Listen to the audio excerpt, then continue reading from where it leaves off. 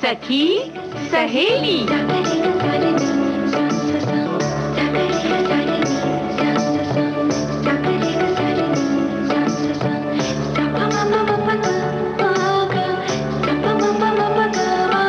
सखी सहेली।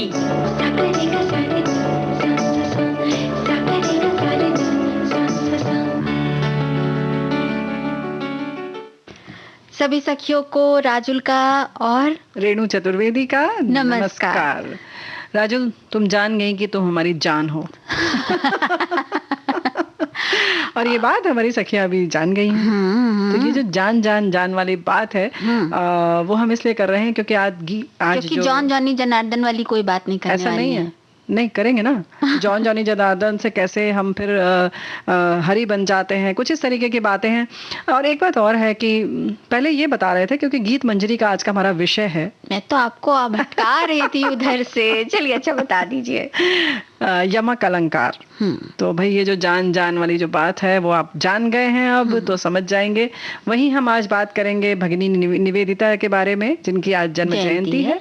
और हम बात करेंगे उन चीजों के बारे में जो देखन में छोटे लगे लेकिन काम आए बहुत सारे।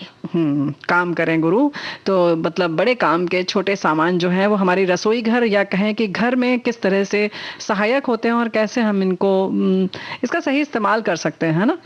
और इसके साथ ही अब चूंकि इंटरनेशनल एनिमेशन डे है तो इस पर थोड़ी सी चर्चा बात कर लेंगे। वैसे जब सिस्टर निवेदिता या भगिनी निवेदिता की बात आती है तो एक श्रद्धा से मन भर जाता है। वो चाहे देश के किसी भी कोने में रहने वाला इंसान हो, एक ऐसी भावना उठती है कि जो बहुत त्याग और आस्था के साथ उनका नाम लिया जाता है, जो जिन्होंने बहुत त्याग किया है। बिल्कुल त्याग तो किया ही है। और वैसे भी जब योगिनी जैसी अगर बात आए कि या एक योगी के रूप में वो सामने आ जाती हैं, क्योंकि जैसा कि हमारे देश में बहुत सारी ऐसी बहनें आई हैं जो विदेश से आई, लेकिन कुछ तो ऐसा आकर्षण था या किसी भी कारण से वो आई और यहीं बस कर रह गई। और यहाँ की जो संस्कृति थी, जो यहाँ का एक कह सकते हैं आध्यात्म था, उसको इस तरह से उन्होंने एकदम गले लगा लिया, कहना चाहिए ना, है। और वैसे ही ये भी 28 अक्टूबर 1867 को इनका जन्म हुआ। और इनका नाम, वास्तविक नाम मार्गरेट एलिजाबेथ नोबल था। और अंग्रेजी आयरिश सामाजिक कार्यकर्ता, लेखक, शिक्षक एवं स्वामी विवेकानंद की ये शिष्या मार्गरेट जी ने 30 साल की उम्र में भारत को ही अपना घर बना लिया। क्या बात है। बाहर इतने साल गुजारे, लेकिन जब वो भारत आई तो उन्हें लगा कि बस यहाँ की संस्कृति, यहाँ की सभ्यता ही है जो कि उन्हें सीखनी चाहिए, जिसके बारे में उन्हें जानना चाहिए जी। और ये जो इत्तेफाक था ये ऐसे हुआ कि 25 साल की उम्र से उनका रुझान हालांकि किसी और था। उन्होंने अपना एक स्कूल भी खोला और शिक्षा में अलग अलग तरह के प्रयोग भी करती रही। लेकिन एक बड़ा बदलाव तब आया जब उन्हें एक निजी संगठन ने बुलाया और कहा कि हिंदू योगी हैं, एक उनका भाषण सुनना है। और ये जो वाकया हुआ वो 1895 में हुआ। और जब उन्होंने भाषण सुना, या यूं कहें कि उनके चमत्कारिक व्यक्तित्व के सामने वो आई और जब उनकी बातें सुनी, तो जाहिर है कि वो भी चमत्कृत रह गई और चुंबक की तरह से एकदम से आकर्षित हो गई। भाई तो कोई था भी तो नहीं छोटा मोटा कोई ना, स्वामी विवेकानंद थे जी। तो जब ऐसी शख्सियत हो सामने तो फिर उनके मतलब उनके चुंबकीय व्यक्तित्व से, उनकी बातों से आप नहीं बच सकते किसी, बल्कि हम तो चाहते हैं कि किसी न किसी तरीके से लगे ही रहें, है ना। हर कोई चाहता है कि हम खींचे चले जाएं, और कुछ ऐसी बात थी। लेकिन अगर हम मार्गरेट जी की बात करें तो 1898 में भारत आ गई और 25 मार्च 1898 को ही दीक्षा देकर भगवान बुद्ध के करुणा के पथ पर उन्होंने चलने की उनको प्रेरणा दे दी। और इसी के साथ उनको नया नाम भी दिया था, निवेदिता, जिसका कि मतलब है समर्पित। वो पूरी विश्व में इसी नाम से विख्यात हुई। और इसके बाद उन्होंने कोलकाता में ही अपना जो कर्मस्थली थी तय किया था, जो कि भारत में, और भारत में भी कोलकाता में उन्होंने अपनी कर्मस्थली बनाई। और वहां पर उन्होंने लड़कियों का एक स्कूल खोला और उसमें वो बराबर पढ़ाती रही।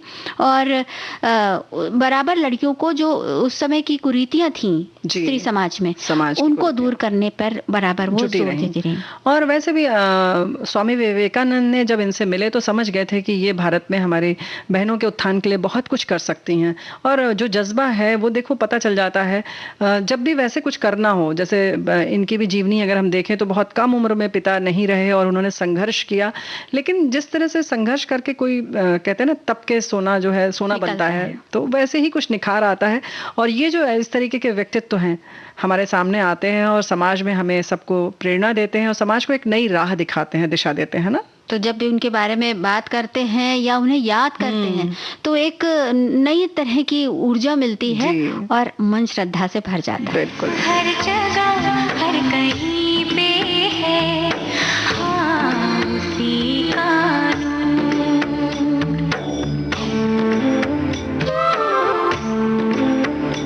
हर तरफ हर जगह हर कहीं पे है हाँ उसी कानून, हर तरफ हर जगह हर कहीं पे है हाँ उसी कानून, हाँ उसी कानून। रोशनी का कोई दरिया तो है हाँ कहीं पे जरूर, रोशनी का कोई दरिया तो है हाँ कहीं पे जरूर, रोशनी का कोई दरिया तो है हाँ कहीं पे जरूर।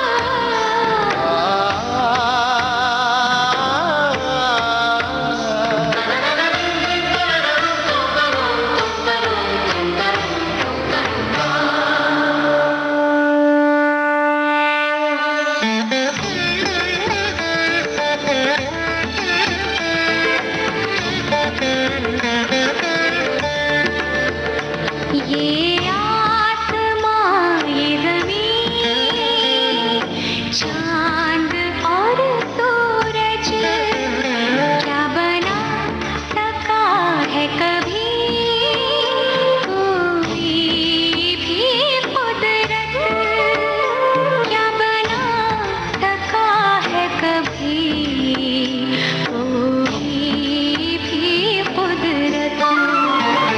कोई तो है जिसके आगे है आदमी मजबूर, कोई तो है जिसके आगे है आदमी मजबूर, हर तरफ हर जगह हर कहीं पे है हाँ उसी कानून।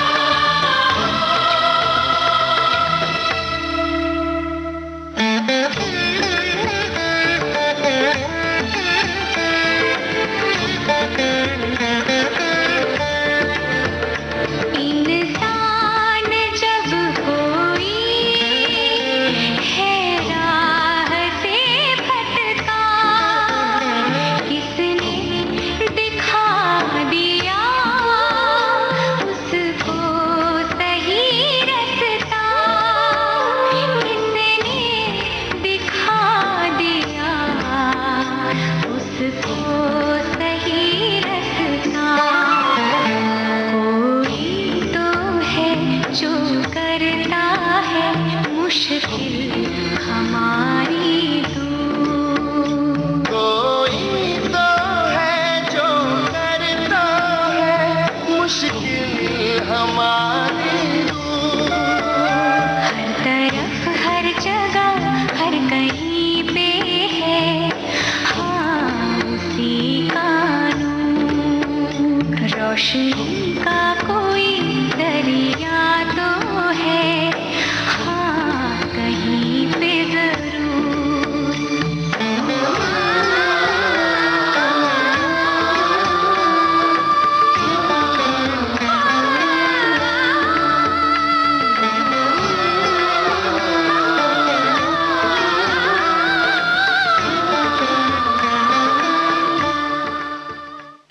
अपने वजूद की रोशनी से, अपने विचारों की रोशनी से दुनिया को रोशन करने वाली ऐसी शख्सियतें वास्तव में बहुत कम होती हैं। लेकिन राजुल, इसके बाद जो ये गीत है, ये वाकई बहुत क्या कहना चाहिए कि अद्भुत है और बड़ा सुकून देने वाला था गीत ना। थोड़ा अलग हटके ये गीत हमने सुनाया सखियों, आपको ज़रूर पसंद आया होगा। और जो हम बात कर रहे हैं कि एनिमेशन, तो अलग हटके जब बात आती है तो कुछ फिल्मी दुनिया में कहें या यूं कहें कि बाकी सब जगहों पर भी एनिमेशन ने एक नया अध्याय सा लिख दिया है ना। बिल्कुल जैसे क्रांतिकारी परिवर्तन सा हो गया है कि कुछ भी आप दिखा सकते हैं आराम से। तोते को चाहे जैसे जैसे घुमा के नचाते हुए, बातें करते हुए दिखा सकते हैं अब तो फिल्मों में, और देखा भी है बहुत सारी जगहों पर, और कुछ भी दिखाया जा सकता है ना जी। वैसे मैं सच बताऊं, मुझे ये लगता है जब भी मैं एनिमेशन देखती हूँ तो मुझे लगता है जैसे मेरे बचपन के सपने सच हुए। ऐसा क्योंकि आपको याद नहीं है कि जब हम लोग जब मतलब अपनी बात मैं बता रही हूँ, जब हम कॉमिक्स पढ़ते थे तो उसमें जो देखते थे ना तो लगता था कि अरे ये अगर चल पाता होता तो कितना अच्छा होता। अगर ये लगता है कोई ना? अगर ये जो सुपर नायक है ये अगर चल पाता होता तो कितना अच्छा होता। ये उड़ता हुआ बता रहे हैं कि उड़ रहा है, लेकिन अगर ये उड़ता हुआ दिख जाए तो कितना मजा है। और अब तो दिखने भी लगा है और ऐसी कल्पनाएं लोग साकार कर रहे हैं। ऐसे जानवर, जीव जंतु या स्त्री पुरुष भी बना देते हैं कि सच में लगता है कि बिल्कुल हमारी कल्पनाओं से भी कहीं ना कहीं परे है वो। और इसमें बड़ी, अगर हम एनिमेशन की बात करें तो 2D एनिमेशन है, 3D एनिमेशन है, उसमें बहुत तरह से एनिमेशन होता है। केवल चित्रकारी करके उससे एनिमेशन कर देते हैं, कभी कभी पूरा मॉडल बना के उसको घूमते हुए दिखाते हैं, वो आदमी या जीवित जंतु की तरह बाकायदा काम करता है। फिल्मों की अगर हम बात करें तो रोबोट फिल्म आई थी, या वो वाली आई थी ना मैं प्रेम दीवानी में, जो तोता पूरे समय होता है, वो पूरा एनिमेशन का कमाल था। ऐसे ही हम दोनों में वो बराबर सैफ अली हम और तुम हम रानी मुखर्जी का वो जो बीच में एनिमेटेड वो आ जाता है।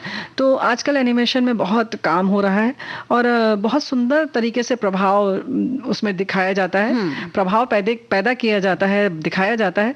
तो उससे पूरी सब चीजें बहुत अलग अंदाज में दिखाई देती है। बिल्कुल, तो इस तरह से प्रयोग हो रहे हैं बराबर। और इसमें करियर भी बनाया जा सकता है अगर, क्योंकि बहुत अच्छे अपॉर्चुनिटीज हैं इसमें करियर के। तो इस बारे में आप अगर सखियां इसमें जरा सी भी उनकी दिलचस्पी है तो नेट पर पूरी जानकारी के साथ वो इस दिशा में भी कदम बढ़ा सकती हैं। और बाकायदा पढ़ाई होती है इसके लिए, और पढ़ाई करने के बाद इसमें प्रैक्टिस करनी होती है। और जितना ज्यादा, वही कहते हैं ना, जितना गुड़ डालो उतना मीठा होए। तो जितनी ज्यादा आप अभ्यास करते जाएंगे उतना ही आप परफेक्शन हासिल करते जाएंगे एनिमेशन में। और अगर हम अपनी सफलता की बात करें तो उसमें जितनी मेहनत करेंगे उतनी अच्छी सफलता मिलेगी, उसकी हमें गारंटी ज्यादा हो जाती है। बिल्कुल बिल्कुल। क्योंकि ऐसा नहीं है, हमारी सखियां खुद तो करियर के बारे में सोच भी सकती हैं, और कुछ ऐसी हैं जो अपने बच्चों के बारे में भी सोच सकती हैं कि उनको किस तरह से यहाँ पर उनको सिखाया जा सकता है। और इसमें बहुत स्तर की पढ़ाई होती है और बहुत स्तर की नौकरी भी होती है। उसमें बहुत ही छोटे काम से लेकर बहुत गहराई तक जाके और पूरा जो चरित्र बनता है उसको डिजाइन करना, उसके सब बारे में सोचना, या कोई अगर वो जो चरित्र बना देता है तो उसके सारे हाव भाव बनाने वाले अलग होते हैं कि अगर वो सामने से खड़ा होगा तो कैसा दिखेगा, दाएं घूमेगा तो कैसा होगा, बाएं घूमेगा तो कैसे होगा, हाथ ऊपर करेगा तो कैसे होगा, बातें करेगा तो कैसे होगा।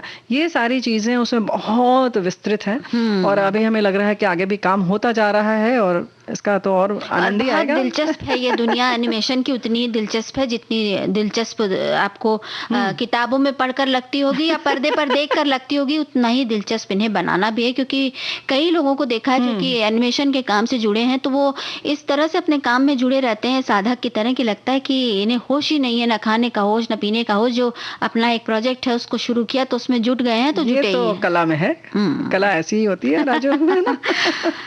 जितना ज्यादा सजाते जाओ उसको वो उतनी सवरती जाती है। लेकिन थोड़ा सा हम एक छोटा सा ब्रेक ले लेते हैं, यानी कि गीत सुन लेते हैं। बिल्कुल।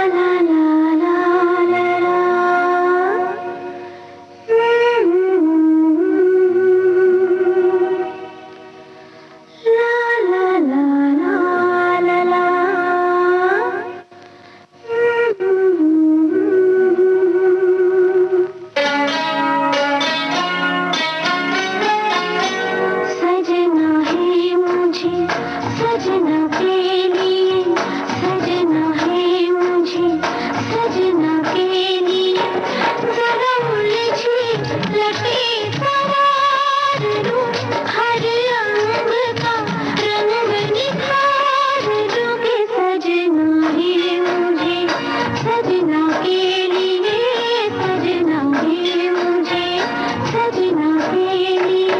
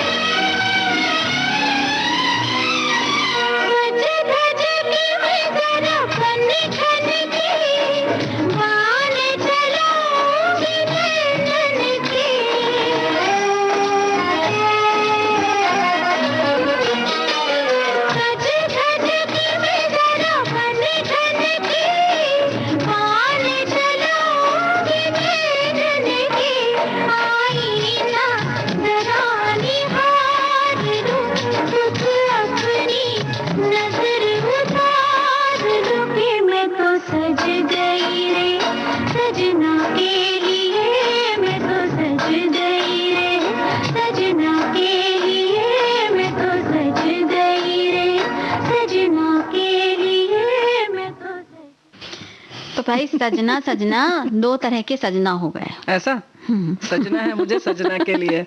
लेकिन वहीं तो ये भी हो गया है कि जमाने से जमाने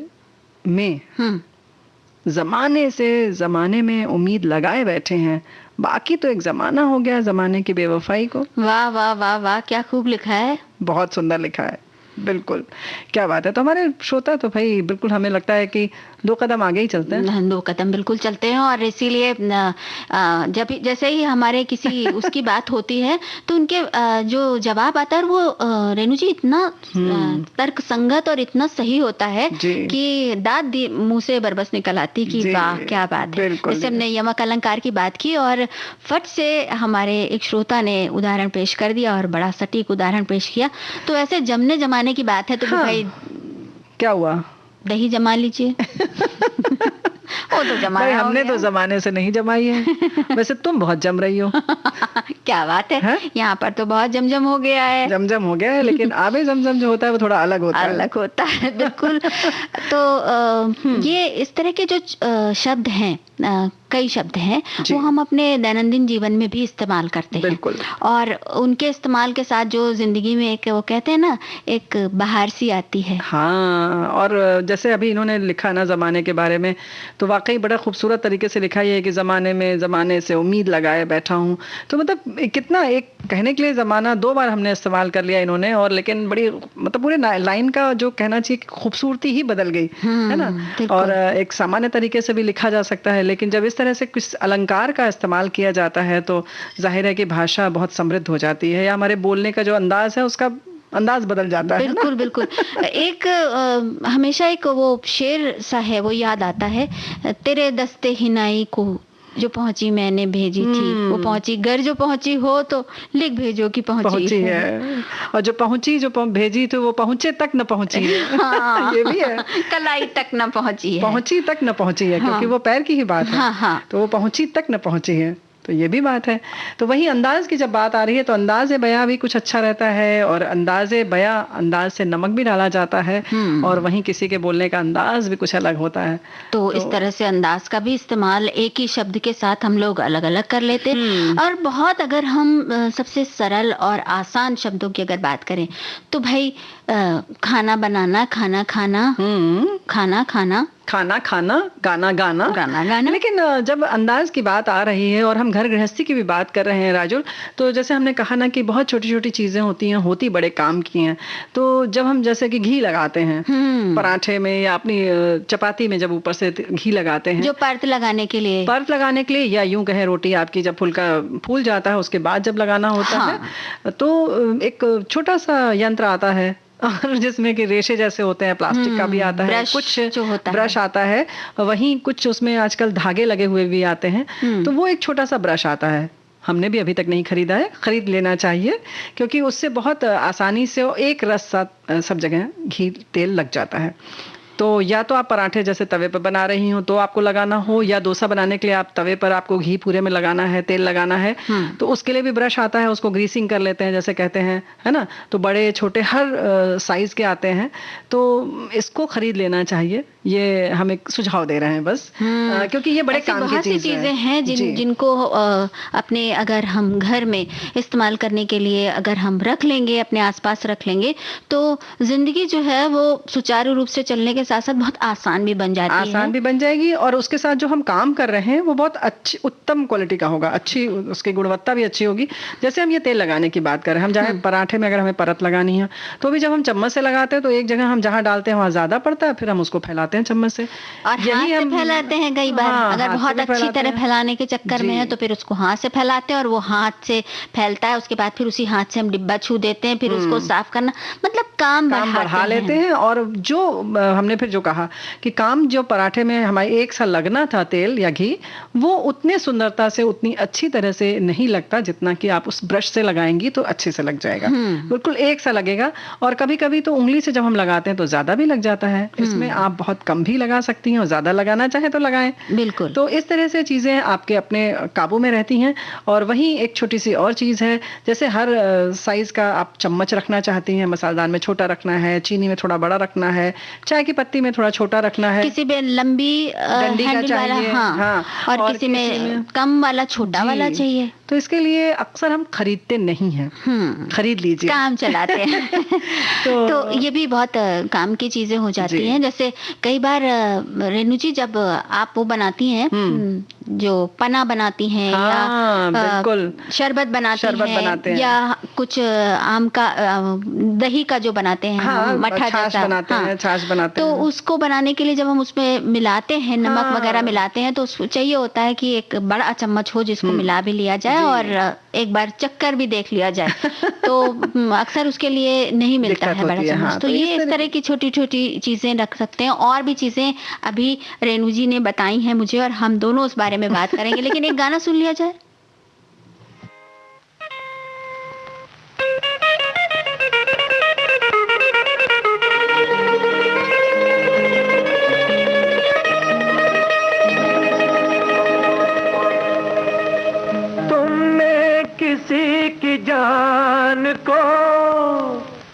जाते हुए देखा है,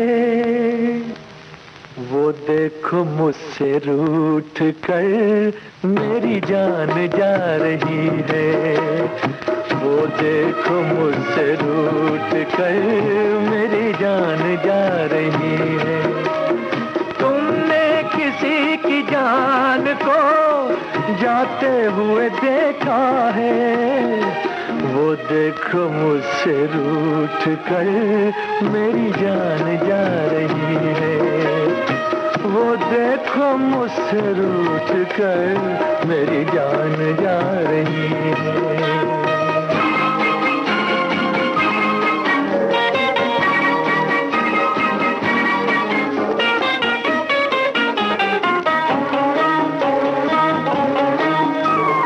क्या जाने किस कसूर की दी है मुझे सजाएं, क्या जाने किस कसूर की दी है मुझे सजाएं, दीवाना कर रही है तौबा शिकन अदाएं, जुल्फों में मुँह छुपा कर, जुल्फों में मुँह छुपा कर मुझको लुभा रही है, वो देखो मुझसे रूठ कर मेरी जान जा रही है, वो देखो मुझसे रूठ कर मेरी जान जा रही है।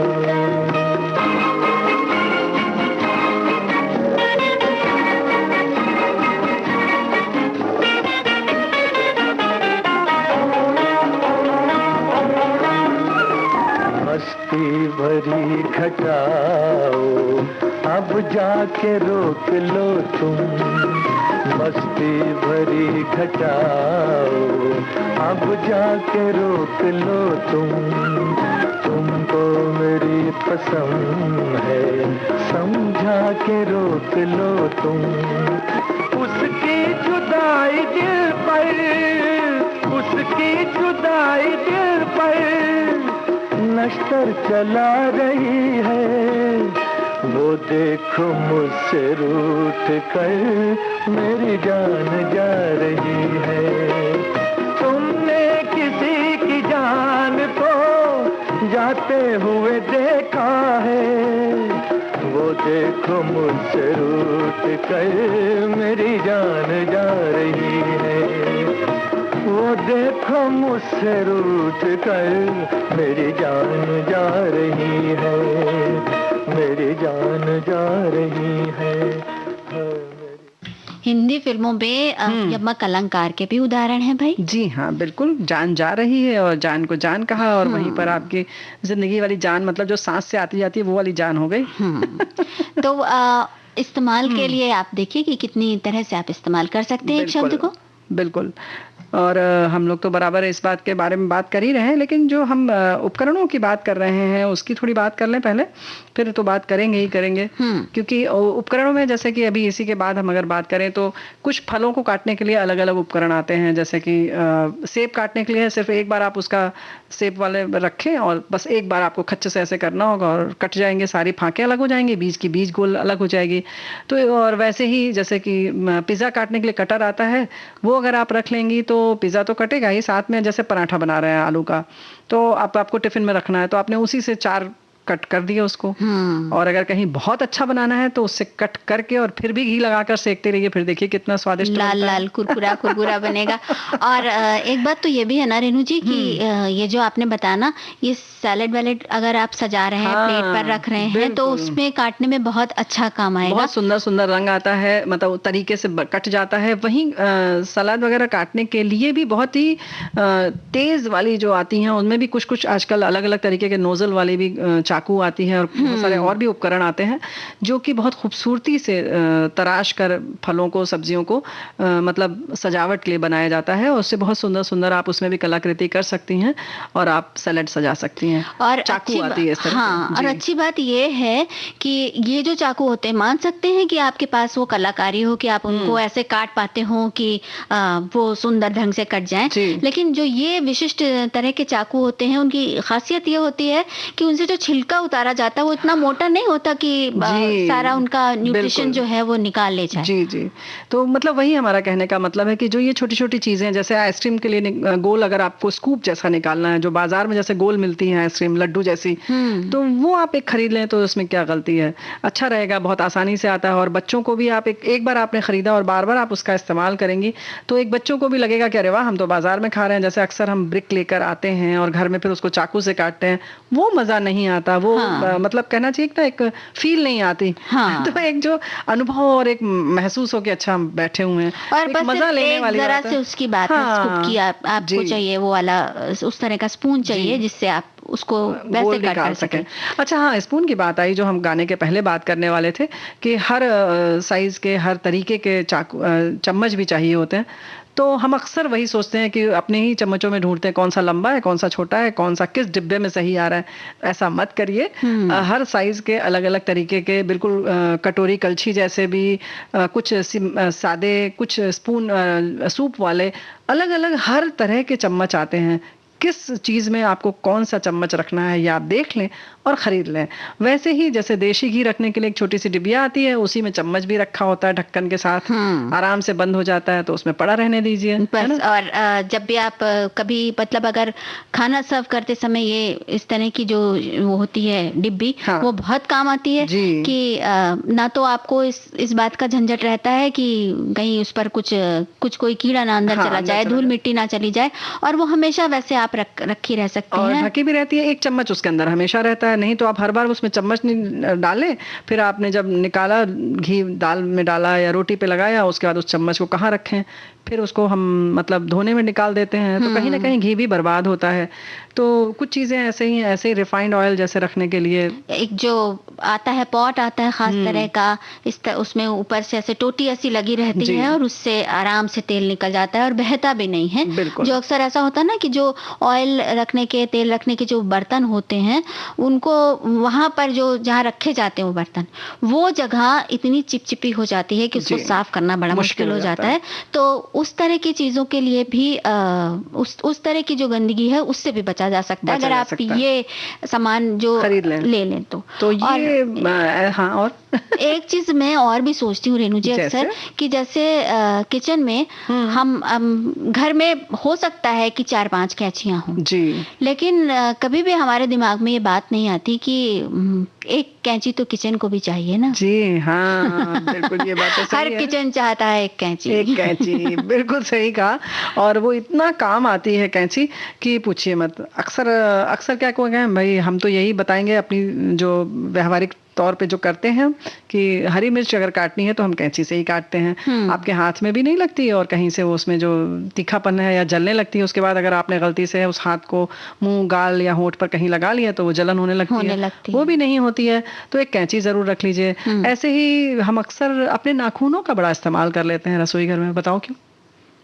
छीलने के लिए कुछ पेच कस लिया। हाँ वो तो एक ऐसी चीज है जिसको हम सबसे ज्यादा मिसयूज करते हैं। अरे यूज करते हैं, वो तो कहती हैं कि बहुत अच्छे से हम इस्तेमाल करते हैं, हमारे साथ चलता फिरता है, हमको दाएं बाएं भी नहीं घूमना है। बहुत सारी हमारी सखियां ऐसा कहती हैं। तो भाई अक्सर ऐसा होता है कि हमारे जैसे नॉब ढीले हो जाते हैं गैस के, उसके कुकर के या किसी भी चीज के, किसी भी पैन के। हम सोचते हैं चलो उंगली से कर लो, नहीं तो फिर तो चाकू बगल में है। तो फिर हम आग्रह करेंगे अपनी सखियों से कि अपने रसोई घर में जहां आप चम्मच रखती हैं वहीं पर एक पेचकस भी रख लें जी। कोई तो बहुत महंगी चीज नहीं है। एक छोटा सा डिब्बा ऐसा आता भी है, और अगर वो डिब्बा नहीं भी है, आप अलग अलग रख रही हैं, तो ये कर सकती हैं कि एक कैंची, एक इस तरह का पेचकस, और उसी तरह से एक ब्रश भी रख लें, बिल्कुल, जो कि बॉटल वगैरह डाल के उसके अंदर साफ करने वाला है। हाँ। वो भी रख लें जिससे कि अच्छी तरह से सफाई भी हो जाए। बहुत सारी चीजें हमारी सखियों ने रख लिया। और बहुत अब ऐसा है कि जब तुमने वो उसकी बात की ना, तेल वाले रखने की बात, जिसमें कि वो टोटी लगी होती है या है, तो उसकी धार बहुत अच्छी रहती है। वहीं धार की जब बात आती है तो चाकू की भी धार होती है और पानी की भी धार होती है। तो भाई तेल देखें, तेल की धार देखें, या चाकू की धार तेज करवा लें। हाँ। या हम पानी की धार थोड़ी धीमी रखें ताकि कि पानी की बचत हो सके। बात है। तो बस यही करते हैं। खोया मोहब्बत में इस ज़माने ने ये बात सच ही कही है, किसी दीवाने ने, कि जान चली जाए जिया नहीं जाए, जिया जाए तो फिर जिया नहीं जाए, कि जान चली जाए जिया नहीं जाए, जिया जाए तो फिर जिया नहीं जाए। ये इल्जाम सर पे लिया नहीं जाए, लिया जाए तो फिर जिया नहीं जाए, कि जान चली जाए ओ,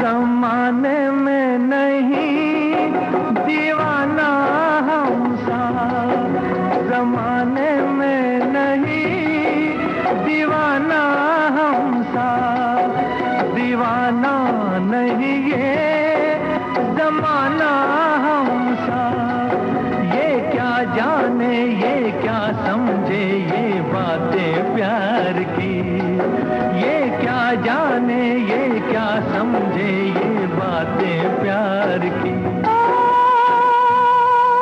के प्यार हर किसी से किया नहीं जाए, किया जाए तो फिर जिया नहीं जाए, कि जान चली जाए ओ,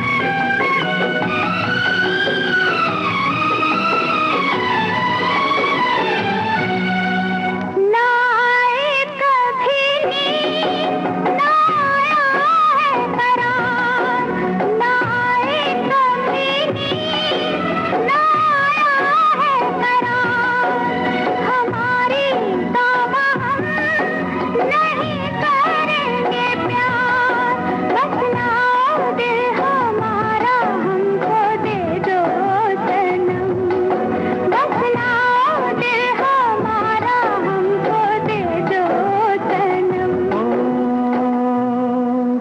ये दिल लेके वापस दिया नहीं जाए, दिया जाए तो फिर जिया नहीं जाए, कि जान चली जाए ओ,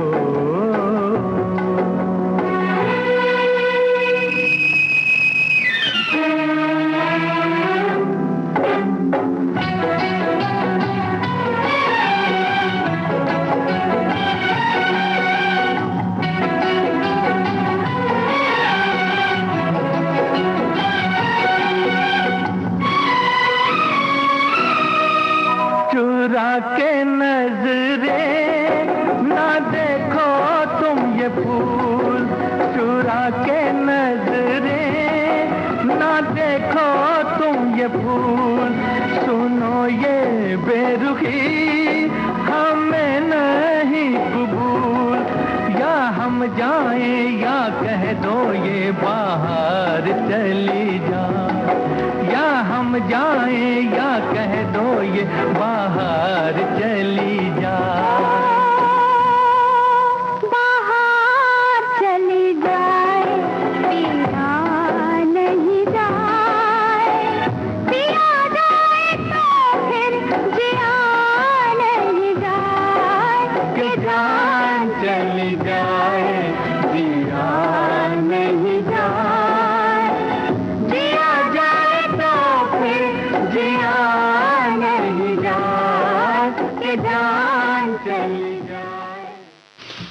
यहाँ पर भी जान और जिया और जिया और जिया।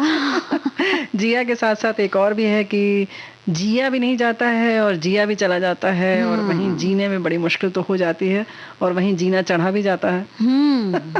सही में। अच्छा, एक अक्सर टंग ट्विस्टर कहा जाता था कि एक राजकुमारी थी जिसने अपनी शादी के लिए एक बाकायदा शर्त रखी थी, और वो शर्त ये थी कि जो उसको जीतना चाहता है उसको बाकायदा एक योद्धा बनकर लड़ना पड़ेगा।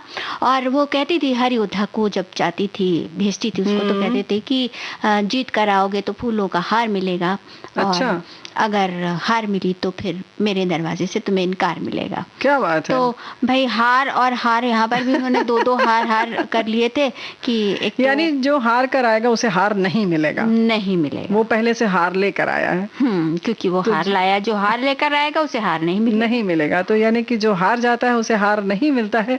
तो भाई ये भी बात है। और वहीं आजकल तो नहीं इतना इस्तेमाल होता है, लेकिन लोटा हम लोग के घर में पहले बहुत होता था, और उसको बड़े, पहले तो नल भी नहीं होते थे, टोटी नहीं होती थी, और हम लोग लोटे से कैसे ऐसे हाथों से साफ अगर धोना हो तो उसको कैसे हम लोग हाथ, मतलब बड़ी एक उसको उससे पानी निकालना भी अपने आप में एक कला थी। हाँ। क्योंकि जब हाथ साफ करना होता था, यानी हाथ में साबुन लगा होता था, तो उसको कलाई से पकड़ कर और कैसे उसको थोड़ा सा ढुंगला देते थे हम लोग, लुढ़काते थे थोड़ा सा, उसमें कितना पानी निकले वो भी बड़ा संतुलन रखना पड़ता था। उतना ही पानी चाहिए जितना हम, मतलब उतना ही निकालते थे जितना चाहिए होता था। ऐसा नहीं कि ढुंगलाया और पूरा लोटा लुढ़क गया, तो ऐसा नहीं होता था। तो लोटे की भी अपनी एक, मतलब उसको प्रयोग करने में एक अपनी एक कला थी। तो लोटे की जब बात आई तो एक और भी पशु है, उसके साथ भी लोटा जुड़ा रहता है। कौन सा पशु है? यानी कि गधा लोटता है। हाँ। और इसके लिए अमीर खुसरो की ने एक पहेली भी रखी है कि मुसाफिर उदासा क्यों, और गधा मुसाफिर प्यासा क्यों, गधा उदासा क्यों, क्योंकि लोटा ना था। तो भाई पानी पीने के लिए लोटा काम आता है। मुसाफिर को सुकून तब मिलता है जब उसे लोटा मिल जाता है, यानी पानी मिल जाता है। कुआं हो और लोटा ना हो तो कैसे पिए बेचारा, कैसे पिएगा। तो वहीं गधे को भी कहते हैं कि जब वो लोट लेता है जमीन पर तो उसको बड़ा सुकून मिलता है। तो इसी तरह से एक वो है भूषण की लिखी हुई जो कविता है जी, 3 बेर खाती थी वे 3 बेर खाती हैं। ऊंचे घोर मंदिर के अंदर रहन वाली, ऊंचे घोर मंदिर के अंदर रहाती हैं जी। एक मंदिर मतलब घर, बड़ा महल, और एक ऊंचा मंदिर मतलब पहाड़ तो भटकती हैं। हाँ। और 3 बेर खाती थी, 3 बार खाती थी, अब वो 3 बेर सिर्फ खा के रहती हैं। और वहीं क्या था, बेनिया डुलाती थी, अब बेनिया डुलाती हैं। बिजन कुछ ऐसे बिजन डुलाती थी, अब बिजन डुलाती हैं। पहले मतलब कि उनको पंखा कोई और करता था, वो खुद पंखे की तरह से हिल डुल रही हैं क्योंकि एकदम बेहाल हैं। हाँ। तो कुछ इस तरीके की चीजें आ जाती हैं। बिजन डुलाती थी। एक और याद आ रहा है, अक्सर बड़े लोग कहा करते थे, जेते तुम तारे तेते नभ में न तारे हैं। हाँ, क्या बात है, जेते तुम तारे तेते नभ में न तारे हैं। इसको थोड़ा सा स्पष्ट करना पड़ेगा क्योंकि थोड़ी सी भाषा जो है वो कहीं और की है, ब्रज के आसपास की है। तो जेते तुम तारे यानी जिसको तुम तारते हो, जितने तुमने तार दिए प्रभु के लिए है कि जितने आपने तार दिए या जिनका आपने इतने लोगों का कल्याण कर दिया, उतने तो नभ में तारे भी नहीं है। क्या बात भी नहीं है। क्या बात है। तो ये बात तो बिल्कुल है कि तारना और तार जो है, तारे जो हैं वो बहुत सारी दोनों चीजों एक सी हैं। तो यमक अलंकार बड़ा खूबसूरत सा अलंकार है और कितनी अच्छी अच्छी चीजें पता लगती आती। वैसे एक गाना सुन लेते फिर इस बारे में बात करें कुछ और। बिल्कुल।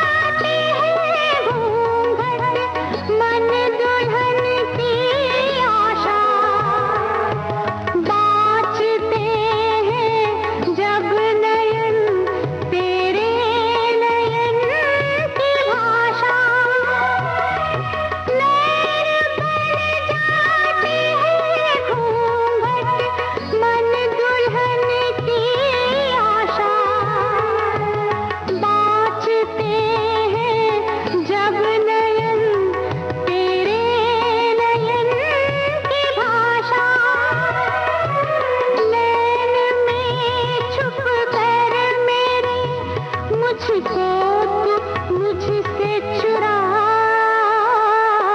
चंदा देखे चंदा तो वो चंदा शर्माए,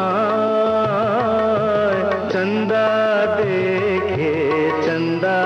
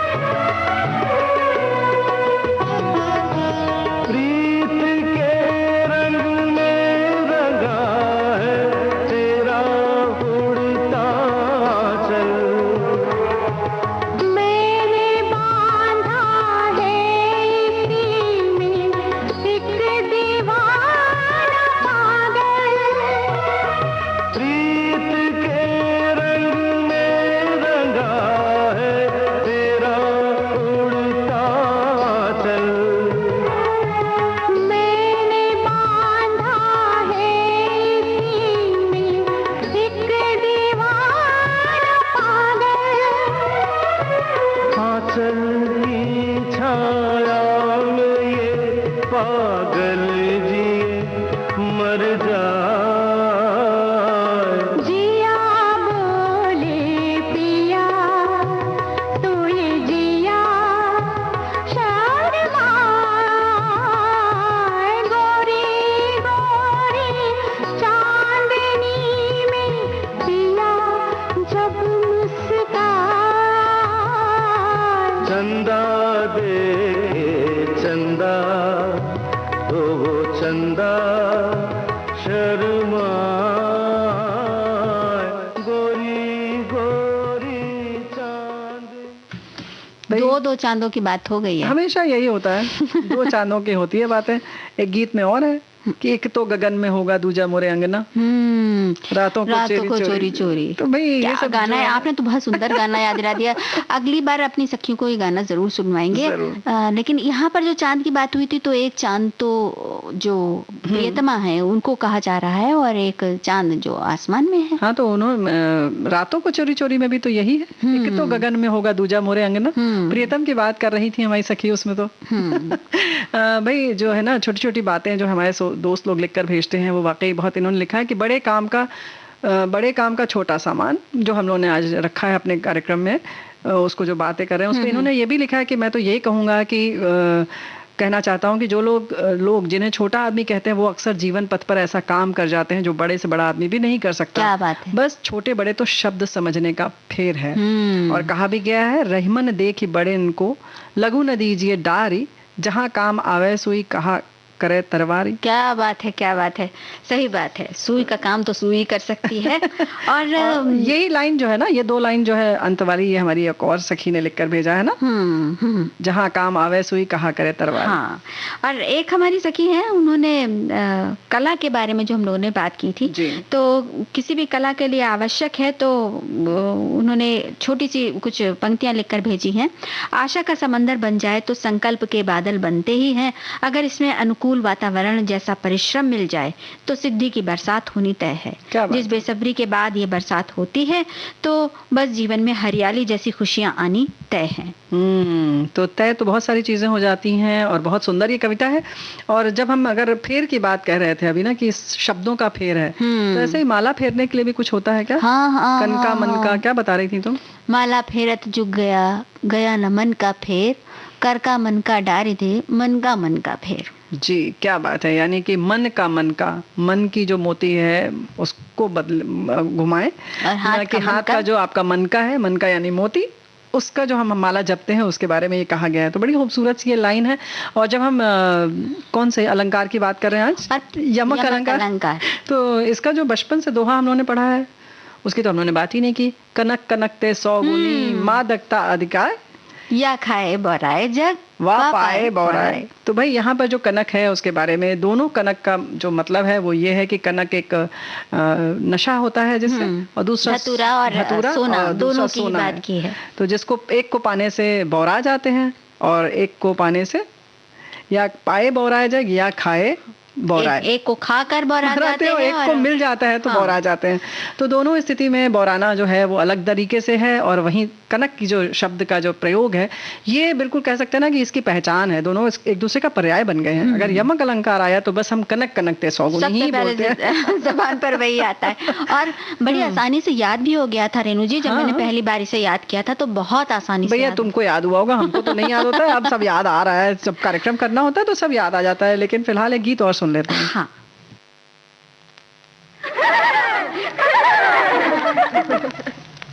लाली लाली डोलिया में लाली रे दुल्हनिया, पिया की पियारी भोली भाली रे दुल्हनिया।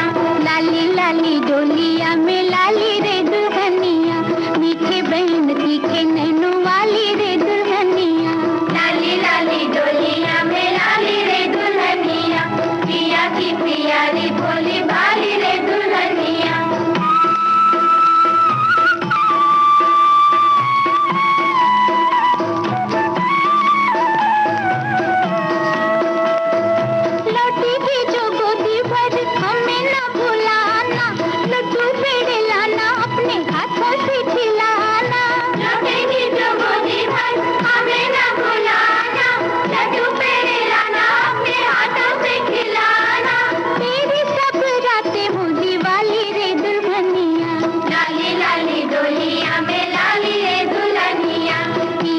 पियारी भोली भाली रे दुल्हनिया। लाली लाली डोलिया में लाली रे दुल्हनिया, पिया की पियारी भोली भाली रे दुल्हनिया।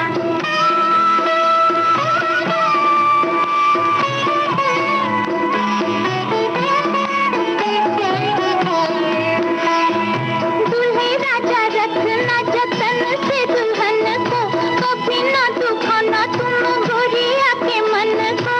दूल्हे राजा रखना जतन से दुल्हन को, कभी ना दुखाना तुम गोरिया के मन को। नाजुक है नाजुकी है पाली रे दुल्हनिया। लाली लाली डोलिया में लाली रे दुल्हनिया, पिया की पियारी भोली भाली रे दुल्हनिया। लाली लाली डोलिया में लाली रे दुल्हनिया, पिया की पियारी भोली भाली रे दुल्हनिया।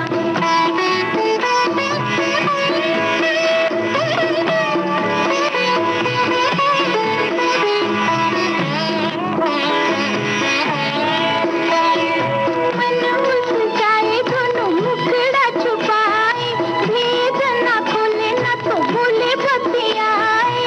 मन मुस्काए दोनों मुखड़ा छुपाए, भेद ना खोले ना तो बोले बतियाए। चुप जे जोड़ी मत वाली रे दुल्हनिया। लाली लाली डोलिया में लाली रे दुल्हनिया, पिया की पियारी भोली वाली रे दुल्हनिया। लाली लाली डोलिया में लाली रे दुल्हनिया, पिया की पियारी भोली वाली रे दुल्हनिया। लाली लाली डोलिया में लाली रे दुल्हनिया, पिया की पियारी भोली। एक बार फिर से यमक अलंकार। जी, तो भाई इसीलिए तो आज हम लोगों ने इन गानों का चयन किया है, और हमारे एक साथी ने लिखकर भेजा है कि जेते तुम तारे जो है वो थोड़ा सा इनको कंफ्यूजन था कि क्या सही है, तो हम फिर से एक बार बता देते हैं। जेते तुम तारे तेते नभ में न तारे हैं। जी, तो भाई ये याद रखिएगा। तो हमें लगता है कि जितना हम आपको प्यार करते हैं या जितना आप हमें प्यार करते हैं उससे भी ज्यादा हम आपको प्यार करते हैं, हम ये कह सकते हैं इस बारे में, है ना। हमारा प्यार इतना सारा है, इतना ढेर सारा है, कितना ढेर सारा है ये नहीं बता सकते, लेकिन इतना ज्यादा है कि हम आपसे इसीलिए सोमवार से शुक्रवार तक हर रोज 3 बजे मिलने आ जाते हैं, और उसी एनर्जी के साथ। और अब कार्यक्रम का क्योंकि समय समाप्त हो रहा है तो अब आपसे विदा लेने का मौका आ गया है, और आपसे कह रहे हैं हम राजुल और रेणु चतुर्वेदी का नमस्कार।